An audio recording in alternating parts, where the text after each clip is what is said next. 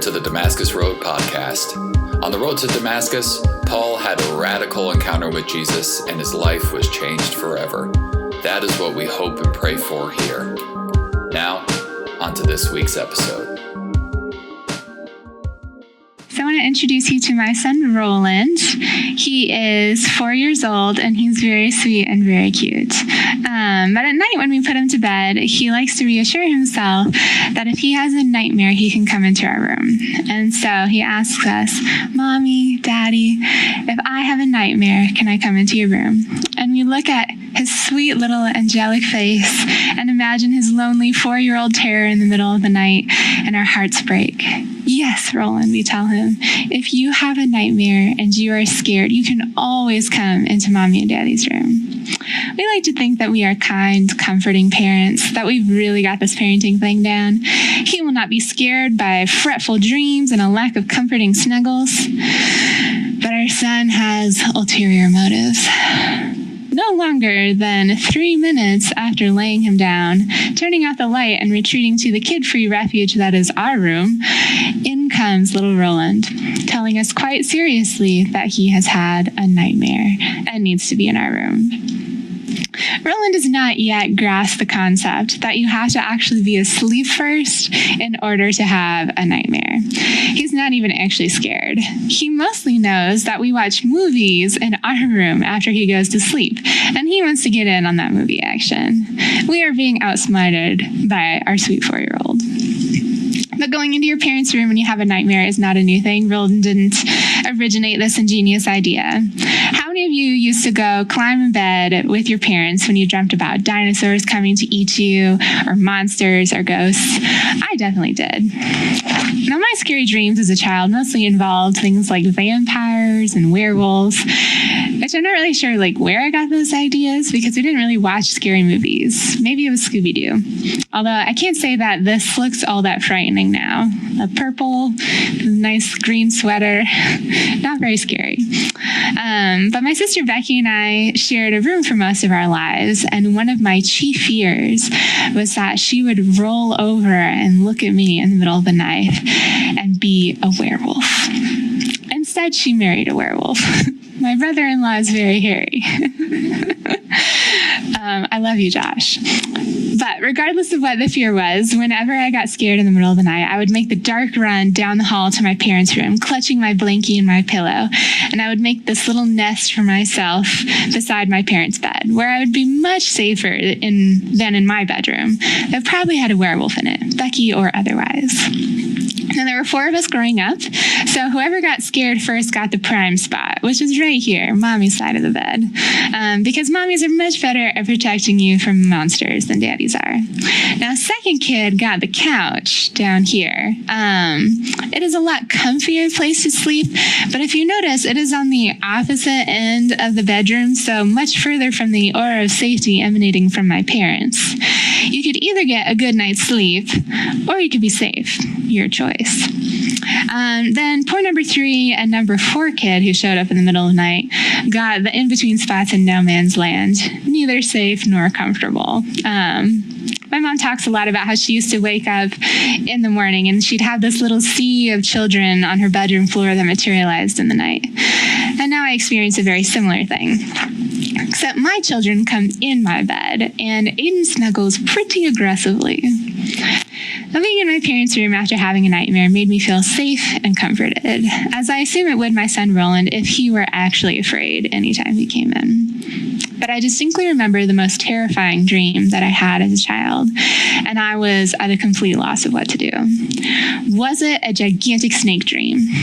No, it was not. Was it gigantic spiders? No, it was not. Was it gigantic sharks? No, nothing gigantic, but I am afraid of sharks. And if I were these guys, I would be terrified. Basically, in this childhood dream I had, I came downstairs in the middle of the night to get a glass of water, or whatever dream Megan was snacking on. And as I peered around the corner into the living room, my parents were sitting there watching TV. Except they weren't my parents. They were cat monsters. Scooby-Doo Strikes Again, I'm sure. Did you guys ever see that movie? This is from Scooby-Doo on Zombie Island. It was a scary show. We watched it with our sons this week, which was perhaps a bad idea because now they will have these crazy cat monsters in their minds. But yeah, probably where this dream came from. But anyway, as I was dreaming this, I had this like thrill of horror, like that sweeping sense of dread when you realize that the good guy has actually been the bad guy the whole movie. And it was horrifying. And I had this panic of, oh no, what am I going to do? Who can I run to when my safe people are creepy cat creatures and are clearly not safe at all? I woke up in a dead sweat and I was paralyzed. Normally, when you have a bad dream, grab your blankie, grab your pillow, make the run down the dark hallway to your parents' room where you would be safe in their comforting non-cat creature presence. But now, my safe people were the monsters, the ones I was afraid of. Where do I go? My sister Becky? No, she's going to be a werewolf. Totally out of options. So who do you run to when you feel afraid? Hopefully when you were growing up, your parents were a place of safety and comfort and were not actually creepy cat people. So you felt safe running to them in the middle of the night when monsters were under your bed. But I know that that's not always the case. Sometimes our parents were doing the best that they could with what they had at the time, and that didn't always lead to a sense of safety or security. And even if you had really great, safe parents, all of us have had relationships with other people that weren't necessarily safe or close or trusting because of the brokenness that we experience in attaching to others. Now, last week, Andrew walked us through the 3 insecure attachments that you can experience with people. And maybe you found yourself resonating with some of those characteristics. Maybe you've had some fear and uncertainty in your relationship with your parents or others, some pain or hurt, some distrust or some distance.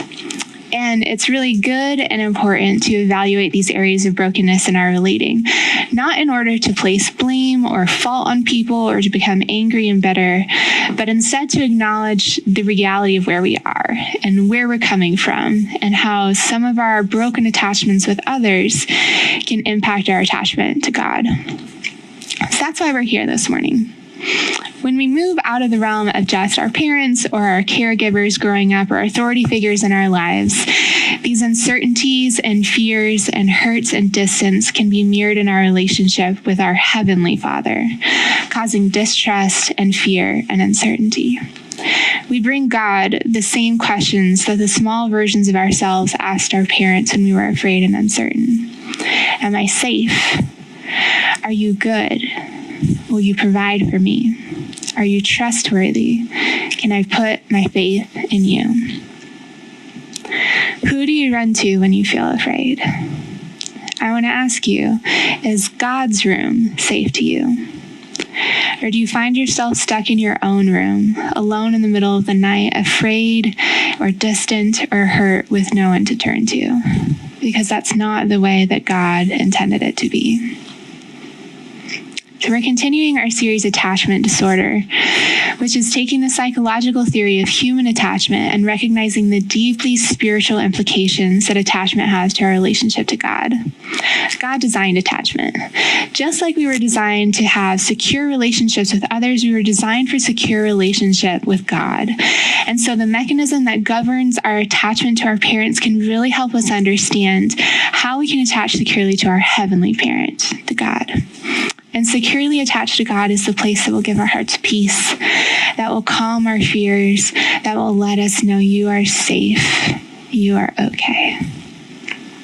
So I want to give you guys a brief recap. Last week, Andrew walked us through attachment theory, and this is the super helpful graph that he used, and we're going to hang out again here today. So to reorient you, there are 2 axes, and that makes 4 different quadrants, and these are the quadrants that your attachment can fall into.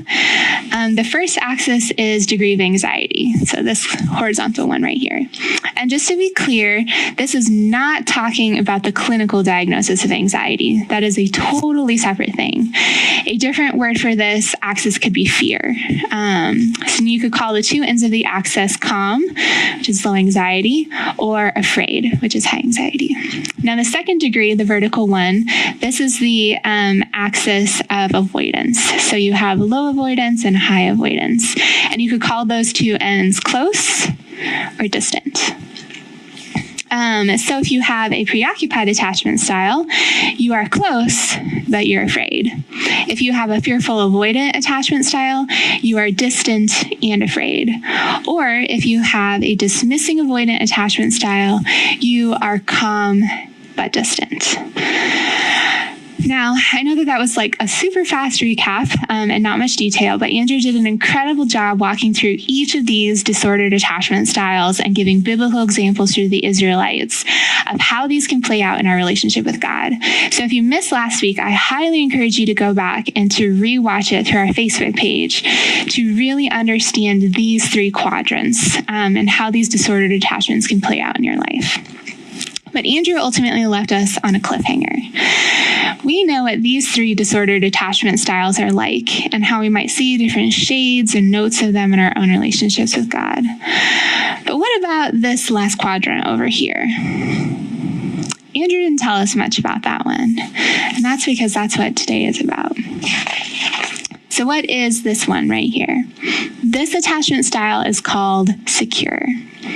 It is both calm and close. But what attachment theory calls a secure attachment, the Bible just calls faith.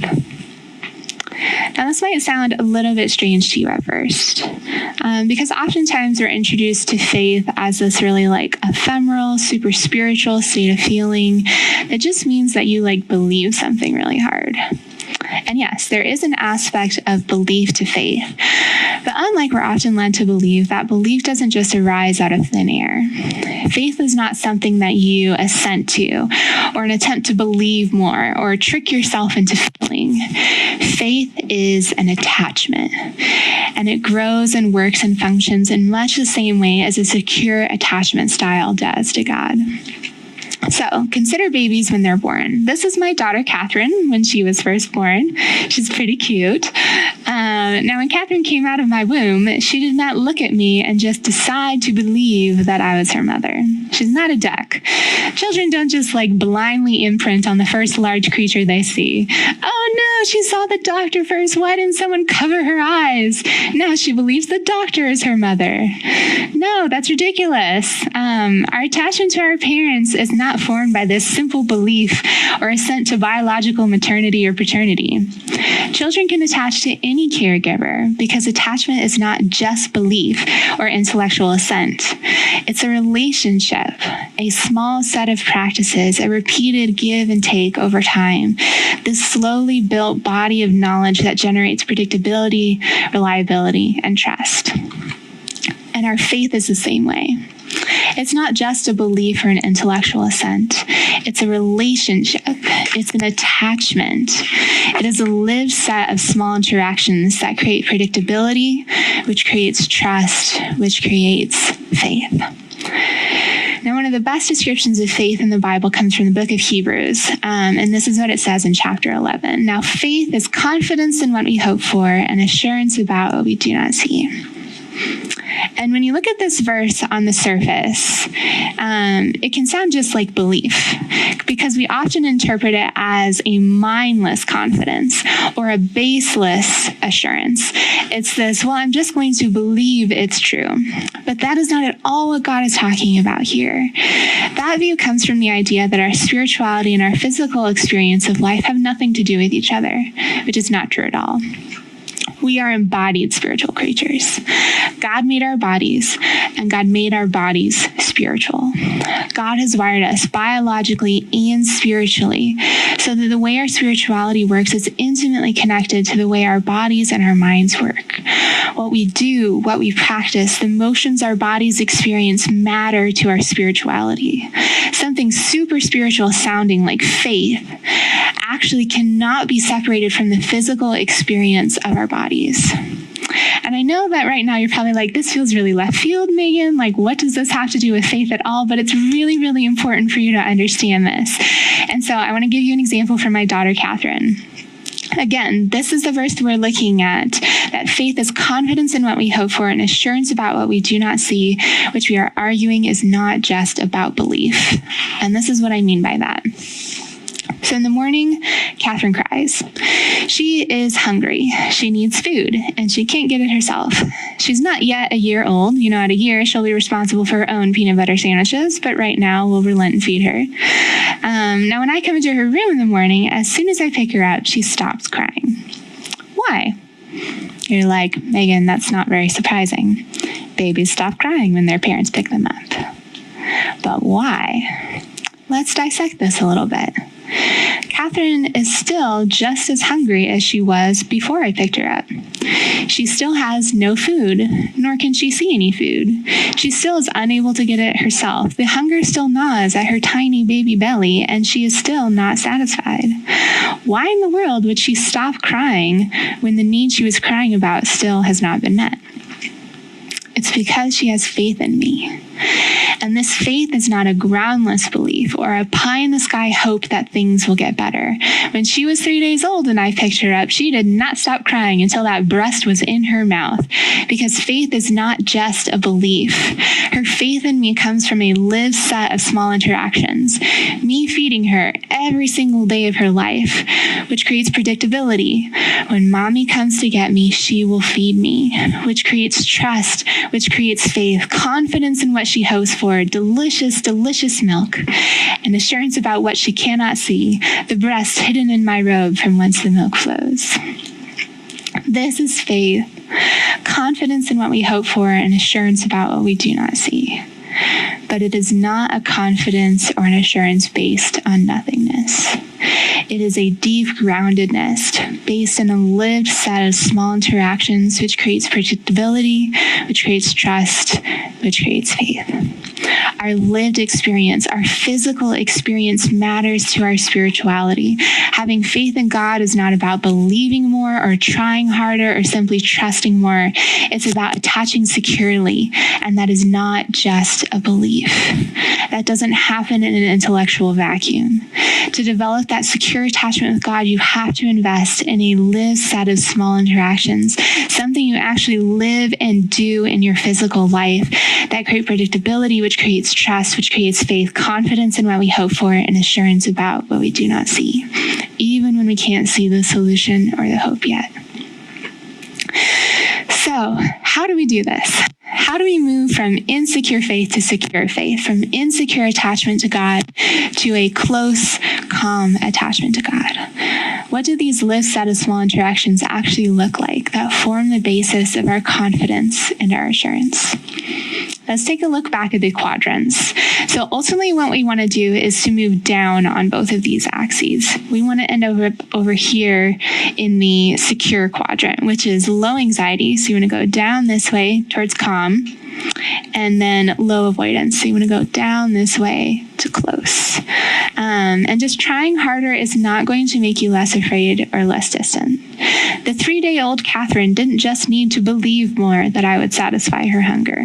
She needed a lived set of small interactions that created predictability, trust, faith. So let's start with this first axis, anxiety.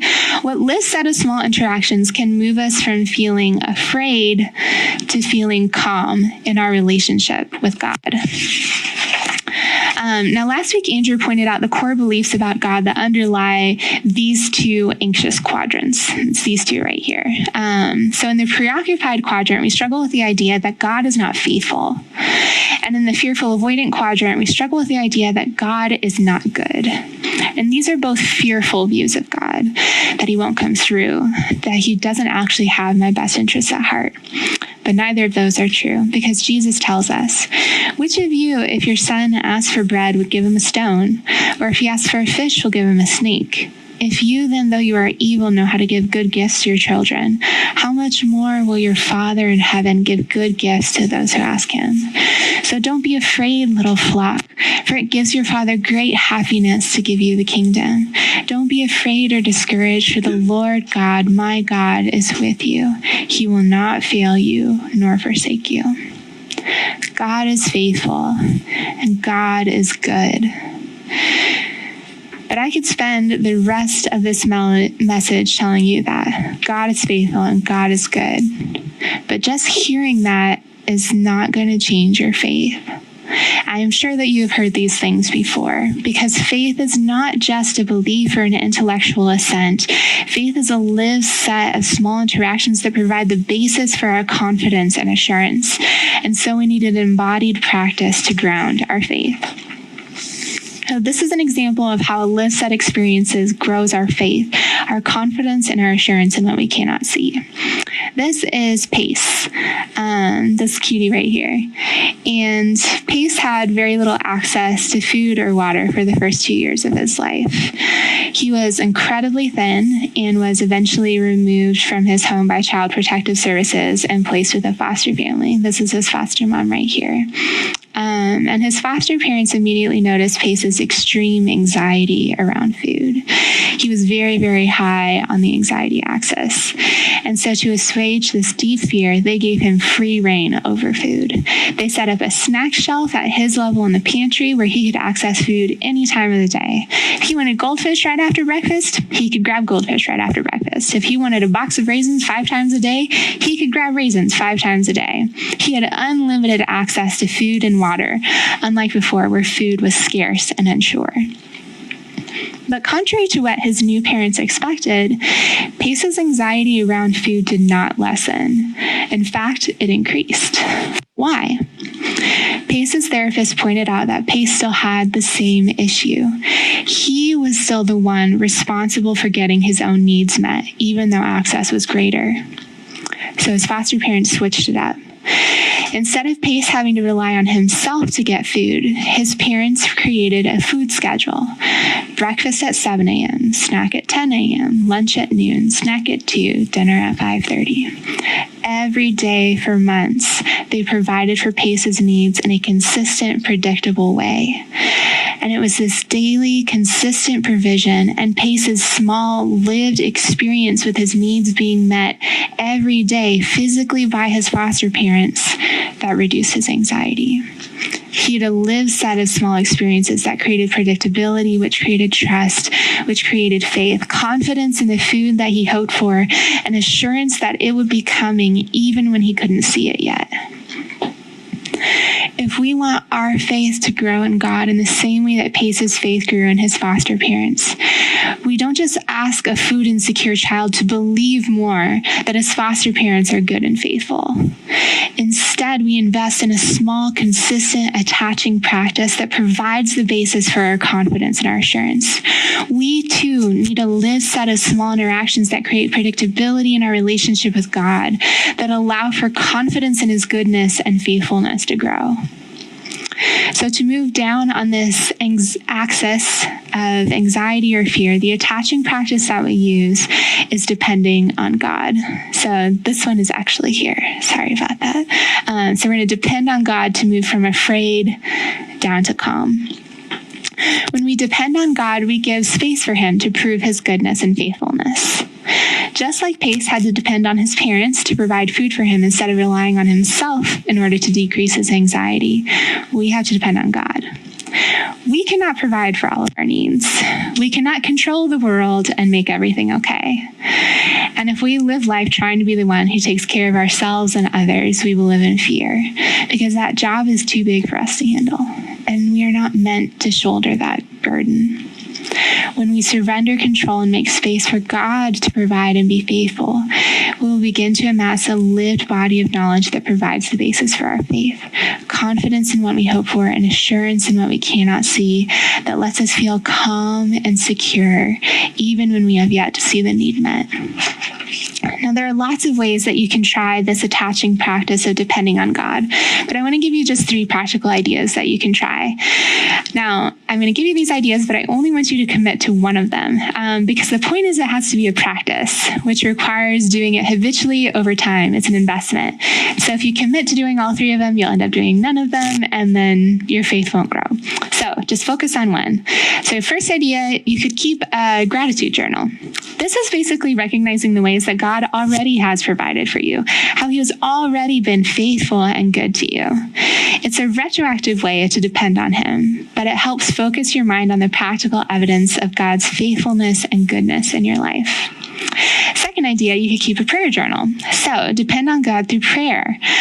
Ask him for your needs, just like Jesus said in Matthew 7. And then crucially, keep a record of when he answers those prayers. This will again be evidence of God's faithfulness and goodness to you. And this is the third idea. So this is the stretcher if you want to really practice dependence. Keep a Sabbath. So these other 2 ideas are pretty low risk on your part. You don't really have to give up much of your autonomy or self-reliance in order to practice them. But with Sabbath, you do. You intentionally surrender a consecutive 24 hours during your week where you will not be productive, you will not do anything, you will not provide for yourself, make money, go shopping, do work. It is a huge act of dependence and trust, leaving space for God to come through and provide and keep the world turning and from falling apart without you. Now, if keeping a Sabbath sounds terrifying to you, that might be a good indicator to try it, because you're probably depending too much on yourself. But if it's still too terrifying, I would go ahead and just start with these other 2 practices to build up your lived set of good and faithful interactions with God that give you confidence in what you hope for and faith in what you cannot see, that it will be okay. So that was the first axis, anxiety, and how to practically ground faith and move from afraid to calm. Now we're going to take a look at the second axis, which, if you remember, was avoidance. And in this one, we want to move from distant to close in our relationship with God. So what are the core beliefs about God that underlie these 2 distant quadrants? We've already seen one of them, that God is not good, over here. And of course, if you believe someone is not good, why would you want to be with them? That makes total sense. And the other one, in the dismissing avoidant quadrant, the underlying belief is that God is not sufficient. So in the same way that embodied, real, consistent experiences with a parent or caregiver allows us to attach securely to them, we have to do that again here. Faith is not just a belief. The basis of our confidence and assurance is in the small interactions that build up over time with God. Here's another example. This is the octopus. Isn't he so cute? I've had a thing for octopuses lately. I just think they're super cool and super cute. But anyway, I've been watching this Netflix documentary called My Octopus Teacher. If you haven't seen it, I highly recommend. I guess caveat, I have not seen the end because I'm pretty sure she gets eaten by a shark. But don't let that dissuade you from watching the beginning part of it. Anyway, it's about a filmmaker who likes to swim in the ocean, and then one day he sees her, the octopus. This is actually the octopus. And he gets this crazy idea. What if I visit her every single day? And he does. This guy goes and visits this one octopus every single day for a year. And initially, the octopus is not about him. He's big, he looks scary like a predator, a gigantic shark, if you will. She hides in her den and camouflages, pretending that he can't see her.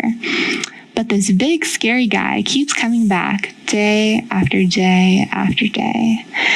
And about a month in, she starts to change. She starts to come out of her den a little bit. Then she starts to reach out a tentacle. And after about 2 months of him visiting her literally every single day, the octopus begins to trust, and she leaves her den. And then amazing things happen. Like she rides on his hand, she lets him film her hunting, she plays with him. It is beautiful. She has faith in him, faith that he is good and that he won't harm her. And so instead of choosing distance, she's able to get close. But her faith in him does not come out of nothing. She doesn't see him the very first day and be like, you know what? I should just believe that this big dude isn't going to eat me. I should probably get really close to him right here, right now. That's ridiculous. Her faith is not groundless. It's based on a lived set of small interactions that create predictability, which creates trust, which creates faith. And I want to tell you, you are the octopus. If you want your attachment to God to grow, if you want to be less distant from Him, you have to choose to be with Him every single day for weeks and then months and then years. You can't just believe yourself into having a less distant relationship to God. Closeness comes from a lived set of small interactions that create predictability, which creates trust, which creates faith. To move down the axis of avoidance, we choose the attaching practice of being with God. Again, these are switched. Sorry about that. So being with God helps you go from distant to close. And again, that there are lots of ways to do this, but here are a couple ideas. First idea, be quiet. Take 5 or 10 minutes a day to turn off your phone, TV, computer, your podcast, your music, whatever noise and stimulation is in your life, your kids. Just be quiet. God is right here with you, but it's hard to notice that sometimes when our minds are so distracted by all the stimulation and noise. And this quiet can be hard to stomach at first. You're like, but what do I do? But that's the point. You do nothing. You just be. It is companionable silence with God. Second idea, be alone. These could be the same 5 minutes that you're quiet, but get by yourself. Hang out just with God. You could do this on a walk, on your commute, while you eat breakfast. Be alone with God every day. Remind yourself, I am an octopus. If I want to get closer to God, I need to visit Him every single day. Now, ultimately, it doesn't matter what the being with actually looks like. The octopus hunted lobsters with the man. The octopus pretended to be a rock with the man. The octopus just swam with the man. The octopus walked on the sand with the man. What matters is the being with, and being with every day. Because a secure attachment is a lived set of small interactions that creates predictability, which creates trust, which creates faith. Now, of course, these examples that I've been using to demonstrate the idea of attachment and faith are not perfect. For a myriad of reasons, you're probably not actually an octopus. But crucially, in actual attachment, babies don't have a choice whether or not to attach. My daughter, Catherine, is utterly helpless. She has to depend on me. She has to be with me. She's more mobile now, but initially she wasn't going anywhere unless I physically carried her to a new location. She could not feed herself or care for herself or do anything except cry out to me. Now, we are more like babies than we like to admit, because we also can't actually provide for ourselves or control things or make things okay. But because we are ambulatory and work jobs and speak in complete sentences, we can delude ourselves into feeling self-sufficient. We can choose to not depend on God, to not be with God in a way that an attaching child can't. We can choose to rely on ourselves and be distant if we want to. God does not force us to have faith in Him. That's something that we have to choose to make a reality in our own lives by the small, habitual, daily choices of dependence and being with. We are embodied spiritual creatures, and the mundane physical choices we make with our time and our bodies are fundamentally intertwined with our spirituality and our relationship to God. If you want to move from afraid to calm, from distant to close, you have to choose to depend on God. You have to choose to be with God. Because a secure attachment comes from a lived set of small interactions that create predictability, which creates trust, which creates faith. God reminds us in Philippians, keep putting into practice all you learned and received from me, everything you heard from me and saw me doing, then the God of peace will be with you. And I think that this is why a secure attachment is so crucial, because peace comes from a secure attachment. We like to think will feel less stressed or more peaceful if our external circumstances were just different. If I had more time, if I was less busy, if I was in a relationship, if my marriage was better, if I was done with school, once my kids go back to school, if COVID was over, if the election was over, if XYZ about my external circumstances changed, then I would be less stressed. I would experience peace. But that is not what the Bible teaches. That is not how attachment works. Paul says to put it all into practice, what you learned and received from me, and then the God of peace will be with you. Because these small practices are a lived set of small interactions that create predictability, which create trust, which create faith, confidence in what you hope for, and assurance in what you cannot see. That is peace. Deep trust in God's faithfulness and goodness and sufficiency, even when circumstances do not feel trustworthy or good or enough. Because even though you can't see it yet, you know that your Father is safe, that He will take care of you, and it will be okay. Jesus says, I am leaving you with a gift, peace of mind and heart. And the peace that I give is a gift that the world cannot give. Your circumstances around you cannot give you peace. Only I can do that. So don't be troubled or afraid. Depend on me. Be with me. Attach to me, and I will keep you safe. One of the greatest gifts that secure attachments give to children is peace. In the midst of dysregulation and chaos in the world, in the face of the unknown and the things that they cannot control, children don't have to be afraid because someone bigger than them loves them and is taking care of them, and they know in faith that it will be okay. In the middle of the night, when Roland runs to me because of a nightmare, my presence tells him he is safe. When Catherine cries and is hungry, she becomes calm and peaceful as soon as she sees me because she knows it's going to be okay. When Aiden is angry and emotional and dysregulated in the world, I hold him to me and I whisper, Mommy is here. Mommy's got you. You're okay. And he stops screaming and becomes calm because he is with me. He is safe. He is securely attached to me. God is with you. God is safe. God wants you to run to Him when you're afraid and to experience the deep peace of being with Him because He tells you, you're okay. I'm right here. I've got you. It's going to be okay. You don't have to be afraid. When you go out to fight your enemies and you face horses and chariots and an army greater than your own, do not be afraid. The Lord your God who brought you out of the land of Egypt is with you. Do not be afraid or discouraged, for the Lord will personally go ahead of you. He will be with you. He will neither fail you nor abandon you. Even when I walk through the darkest valley, I will not be afraid, for you are close beside me. Your rod and your staff protect and comfort me. The Lord is my light and my salvation, so why should I be afraid?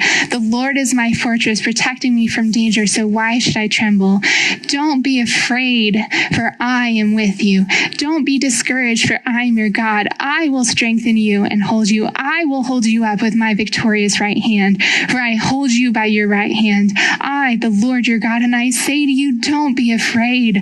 I am here to help you. But now, O Jacob, listen to the Lord who created you. O Israel, the one who formed you, says, do not be afraid, for I have ransomed you. I have called you by name. You are mine. Do not be afraid, for I am with you. I will gather you and your children from east and west.